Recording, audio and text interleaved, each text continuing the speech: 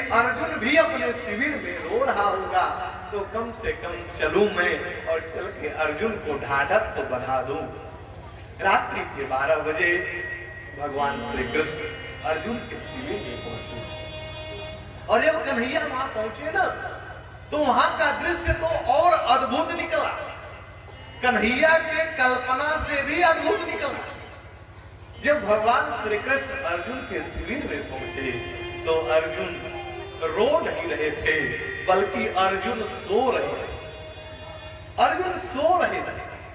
भगवान श्री कृष्ण आश्चर्यचकित हो गए, कन्हैया जगाए। कन्हैया ने कहा, अरे अर्जुन, पितामह ने प्रतिज्ञा किया है कि कल मैं अर्जुन का वध करूंगा, उसके बाद भी तू सो रहा है, तुम्हें थोड़ी सी भी चिंता नहीं है?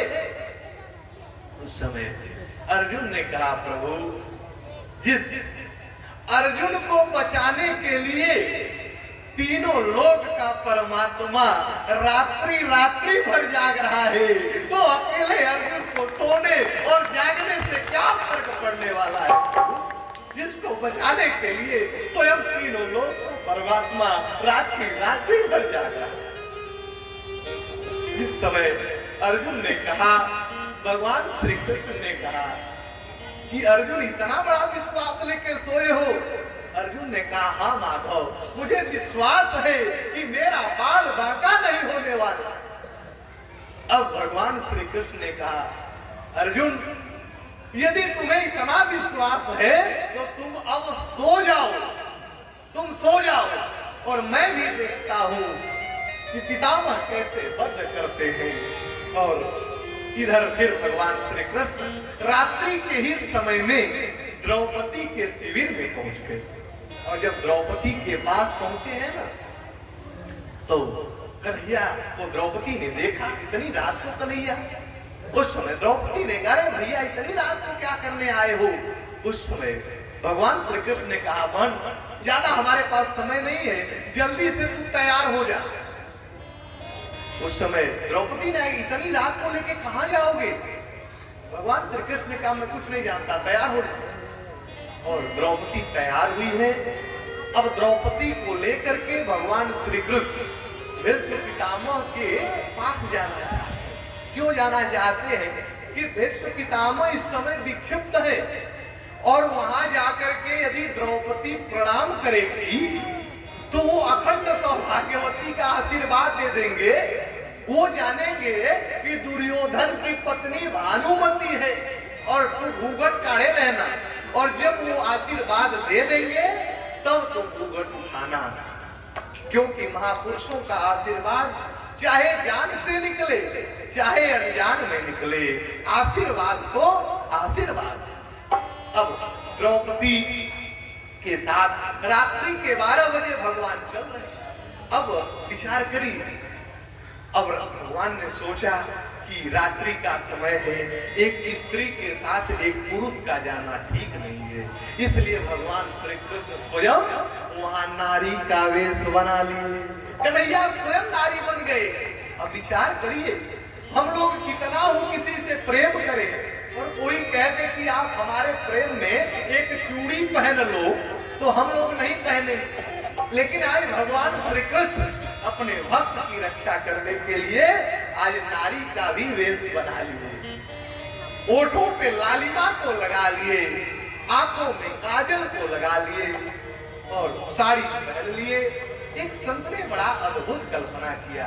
उन्होंने कहा, उन्होंने पद में लिखा कि नारी का वेश बना नटवर, नारी का वेश बना लिए। और जब चल रहे हैं ना, तो द्रौपदी पहनी है जूती और जूती से खट खट की आवाज आ रही है। उस समय कन्हैया ने सोचा कहीं ये जूती की आवाज पहले पितामह सुन गए तो ध्यान भंग हो जाएगा और वो पहचान लेंगे, फिर आशीर्वाद नहीं देंगे। इसलिए भगवान श्री कृष्ण ने कहा, मन अपने जूती को निकाल करके दे दो। द्रौपदी रोने लगी। द्रौपदी ने कहा कि अरे प्रभु, मैं अपनी चरण पादुका आपको कैसे दूं? कन्हैया ने कहा, इतना समय नहीं है बहन, जल्दी से निकाल करके दे दो। और जिस समय द्रौपदी के जूती को भगवान श्री कृष्ण अपने पीतांबर में लपेट करके और अपने हाथ से दबा लिए और अब चल रहे हैं पीताम्बर के सिर की तरफ कि नारी का वेश बना नटवर और जूतिया ले लिया हाथों में और थे मस्त कन्हैया हंसने में और थेली न पितामह रोने और खुद तो बाहर खड़ा रहे ओ अंदर भेजा पंचाली को। कन्हैया अपने दरवाजे पे खड़े हो गए और अंदर अब द्रौपदी को भेज रहे और जाकर के कन्हैया कह रहे जाके प्रणाम करना और घूंघट काढ़े रहना, जब आशीर्वाद दे देंगे तब तुम अपनी घूंघट को उठाना। और द्रौपदी ने ऐसा ही किया। जाकर के जब पितामह के चरणों में द्रौपदी प्रणाम कर रही है उस समय पितामह ने कहा खंड सौभाग्यवती भव बिटिया। और जिस समय पितामह ने कहा उस समय द्रौपदी ने अपने घूंघट को उगार दिया। उस समय विश्व पितामह आश्चर्यचकित हो गए। पितामह ने कहा कि ये इसको यहाँ तक कौन लेकर के आया। और पितामह ने कहा अरे बिटिया यहाँ तुम्हें कौन ले आया।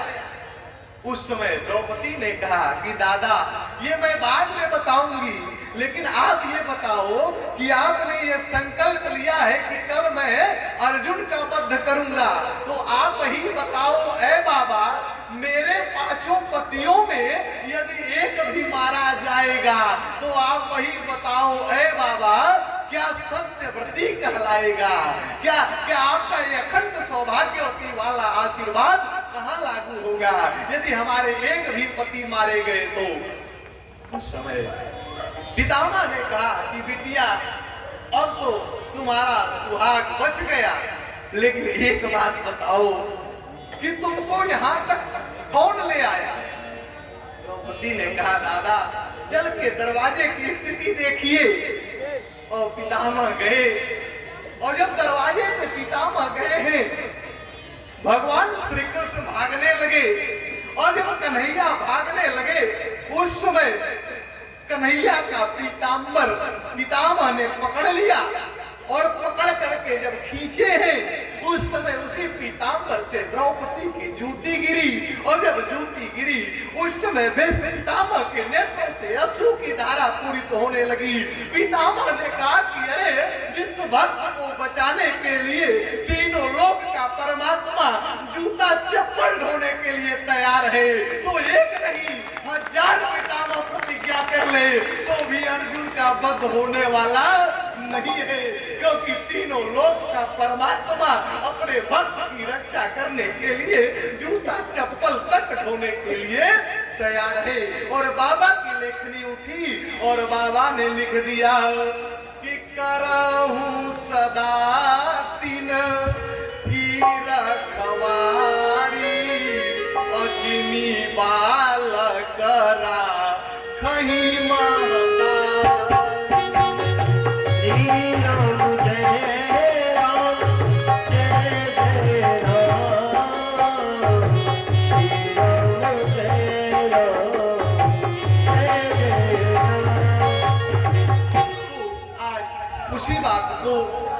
आज उसी बात को भगवान श्री राम ने मैया कौशल्या से कहा कि सुन जननी सोई सुत बड़भागी जो पितु मातु वचन अनुरागी। अपने माता पिता के वचन से अनुराग होना चाहिए। आज फिर ये समाचार लक्ष्मण जी को भी मिला कि भगवान को वनगमन हुआ। अब ये समाचार सीता जी तक भी गया। सीता जी आकर के खड़ी हो गई और सीता जी ने भगवान श्री राम से कहा कि प्रभु मैं भी आपके साथ जंगल चलूं, मैं भी चलूंगी, निवेदन करूं। उस समय भगवान श्री राम ने कहा कि अरे सीता तुम जंगल जाकर के क्या करोगी, बड़ी लंबी चर्चा वहां की है, लेकिन निवेदन करूं। उस समय मैया जानकी ने कहा कि नहीं राघव मैं भी चलूंगी। भगवान ने कहा कि अरे सीता तुम अयोध्या में निवास करो, सीता तुम अयोध्या में निवास करो। उस समय मैया जानकी ने कहा कि जहाँ राम तहाँ अवध निवासु, जहाँ मेरे राम रहेंगे वही मेरी अयोध्या है। मैया जानकी ने कहा कि जिया बीनु दे नदी बीनु वारी अतई सही नाथ पुरुष बीनु ना। श्री राम जय राम जय जय राम, श्री राम जय राम जय जय राम। उस समय मैया जानकी ने कहा कि जी बिनु देह नदी बिनु बारी कैसई नाथ पुरुष बिनु नारी। हे महाराज, यहाँ पर चक्रवर्ती सम्राट दशरथ ने कहा बिटिया तुम मत जाओ। दशरथ जी ने कहा हे बेटी तुम राम जंगल जा रहा है जाने दो बिटिया, लेकिन तुम मत जा। तुम्हारी यदि इच्छा रहेगी ना तो तू अयोध्या रहना, और नहीं इच्छा रहेगी तो तू 14 साल अपने पिता के यहाँ रह लेना, लेकिन तू राम के साथ जंगल मत जा। दशरथ जी ने कहा कि कबो पितु गृह आ कबहू ससुरारी आ रहू जहाँ रुचि आ होई तुम्हारी। हे बिटिया कभी तुम अपने पिता के घर रह लेना, कभी तुम ससुराल में रह लेना, इसी तरह से 14 साल बीत जाएगा, लेकिन तू मत जा बेटी। लेकिन मैया जानकी ने कहा, मैया ने कहा कि नहीं, जिस प्रकार से नदी में यदि जल न हो तो नदी की कोई शोभा नहीं है, इस शरीर में यदि प्राण न हो तो इस शरीर की कोई शोभा नहीं, उस प्रकार से स्त्रियों की यदि पुरुष न हो तो कोई शोभा नहीं। इसलिए सदैव आप अपने पति का सम्मान करो, क्योंकि वही आपके देवता है, वही आपके गुरु है, वही आपके सब कुछ। क्योंकि माताओं का एक ही धर्म है, एक ही व्रत है कि वो पति के चरण कमलों की सेवा करे। एक ही धर्म एक व्रत लेना, काय वचन मन पति पद प्रेम। मैया जानकी तैयार हुई, तब तक लक्ष्मण जी को भी ये समाचार मिल गया, और लक्ष्मण जी को भी समाचार मिल गया, और लक्ष्मण जी भी व्याकुल होकर के आए। समाचार सब लक्ष्मण पाए, व्याकुल बिलख बदन उठी। लक्ष्मण जी बिलखने लगे, और जब लक्ष्मण जी बिलखने लगे, लक्ष्मण जी ने कहा कि भैया मैं भी आपके साथ चलूंगा, मैं भी आपके साथ चलूंगा। उस समय राम जी ने कहा कि लक्ष्मण तू जाकर के क्या करेगा? इस समय घर में शत्रुघ्न भी नहीं है, भरत भी नहीं है, पिताजी इस समय निराश है। लक्ष्मण तू रहेगा तो पिता को ढाढ़स बंधाएगा, तू लक्ष्मण क्या करेगा जा? लक्ष्मण जी ने कहा कि भैया जब से हमारा दूध वाला दांत नहीं टूटा तब से मैं आपकी सेवा कर रहा हूँ, आप इस सेवा से मुझे वंचित मत करो, मैं भी चलूंगा। जिस समय लक्ष्मण जी ने कहा, भगवान श्री राम ने कहा कि ठीक है लक्ष्मण, यदि चलना चाहते हो तो तुम अपने माँ से पूछ करके, तुम अपने मैया से पूछ करके। राम जी ने कहा, लक्ष्मण जी डरने लगे। लक्ष्मण जी सोचे कि भरत की माँ, यदि भरत की माँ राम को जंगल भेज सकती है तो क्या हमारी माँ अपने बेटे को रोक नहीं सकती? इसलिए मैं अपने मैया से मिलने नहीं जाऊंगा।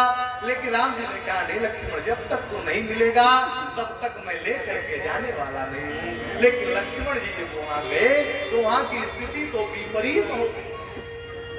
मैया सुमित्रा से जब लक्ष्मण जी कहे कि हाँ मुझे भैया के साथ जंगल जाना है, उस समय मैया सुमित्रा ने कहा कि अरे लक्ष्मण, तो इसमें तो तुम्हारा पुण्य उदय हुआ है, तुम्हारा आज सौभाग्य है कि तू जा रहा है भैया के साथ और भैया का 14 साल तक तू सेवा करेगा।